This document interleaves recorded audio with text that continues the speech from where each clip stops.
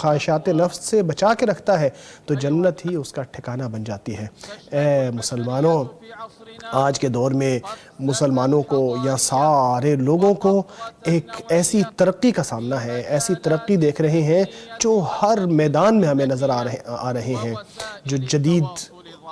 ہمیں جو ذرائع ابلاغ نظر آتے ہیں، جو جدید ٹیکنالوجی ہمیں نظر آتی ہے، ایک دوسرے سے رابطہ کرنا آسان ہو گیا ہے، راستے آسان ہو گئے ہیں، راستے مختصر ہو گئے ہیں، بڑے مختصر وقت میں بڑے بڑے کام ہو جاتے ہیں، بہت ساری فیسلٹیز مل گئی ہیں، اور مختلف سائٹس کے ذریعے، ویب سائٹس کے ذریعے انسان بہت سارے کام کر سکتا ہے۔ ٹیکنالوجی ہماری زندگی کا لازمی حصہ بن گئی ہے۔ اگر آج کے دور میں امتیں ایک دوسرے کے ساتھ مقابلہ کر رہی ہیں ٹیکنالوجی کے میدان میں، تو ہمارا یہ ملک بھی الحمدللہ اپنے ویژن میں بہت آگے ہے، اور اپنے جو قدم ہے وہ بڑی تیزی سے آگے بڑھا رہا ہے۔ ان دنوں میں یہ ملک ٹیکنالوجی کو استعمال کر رہا ہے، اپنے ملک اور اپنی قوم کی فلاح و بہبود کے لیے اسے استعمال کر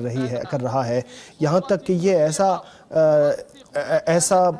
نموذج یا ایسا آئیڈیل ملک بن گیا ہے کہ جس کی مثال دی جاتی ہے اور جو دوسروں کے لیے بہترین نمونہ ہے۔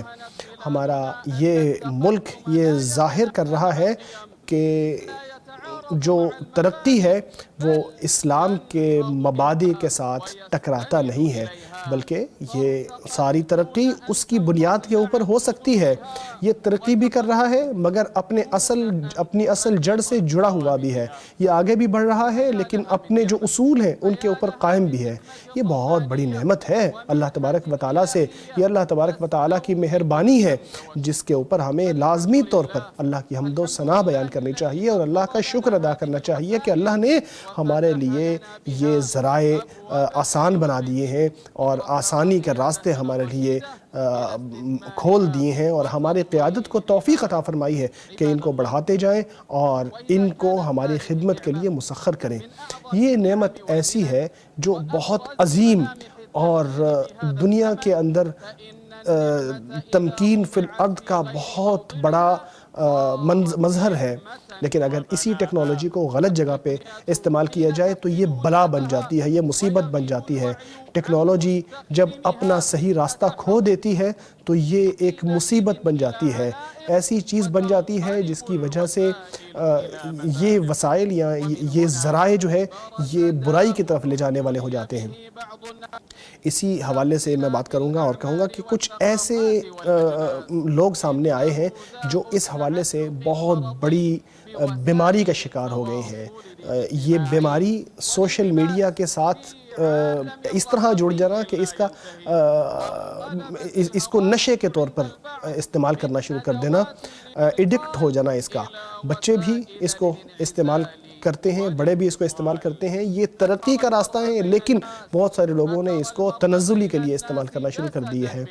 لوگ آپ کو جسم کے طور پر نظر آتے ہیں، ان میں دل نہیں ہوتے،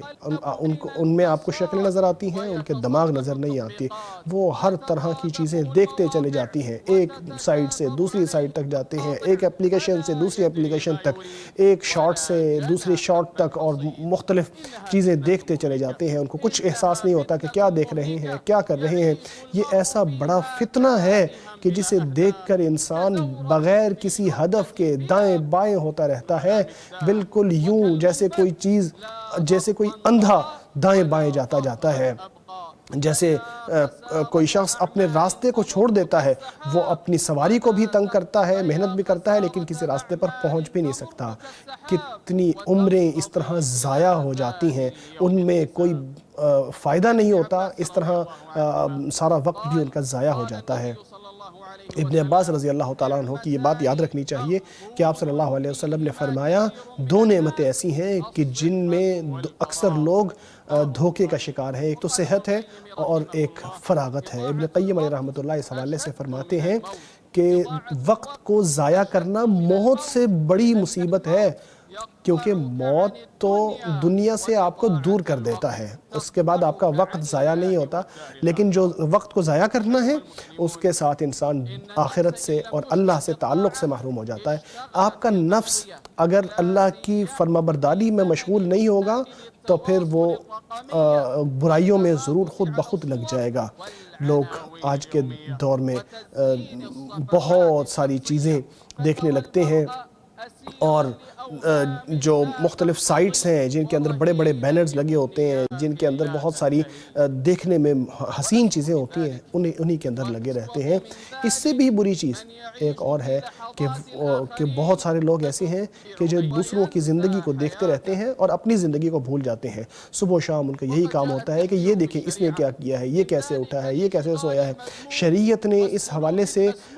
ہمیں واضح طور پر یہ بتایا ہے کہ انسان کو ایسے اعمال چھوڑ دینے چاہیے جن سے انسان کی اپنی عمر ضائع ہو جاتی ہے۔ ابو ہریرہ رضی اللہ تعالیٰ عنہ سے روایت ہے کہ ہمارے نبی محمد صلی اللہ علیہ وسلم نے فرمایا ہے، انسان کے اسلام کی اور مسلمانی کی بہتری اسی بھی ہے کہ وہ غیر متعلقہ چیزوں سے گریز کر لے۔ اسی طرح یہ بھی کہا کہ بہت سارے لوگ ایسے ہیں جنہوں نے اپنی زندگیاں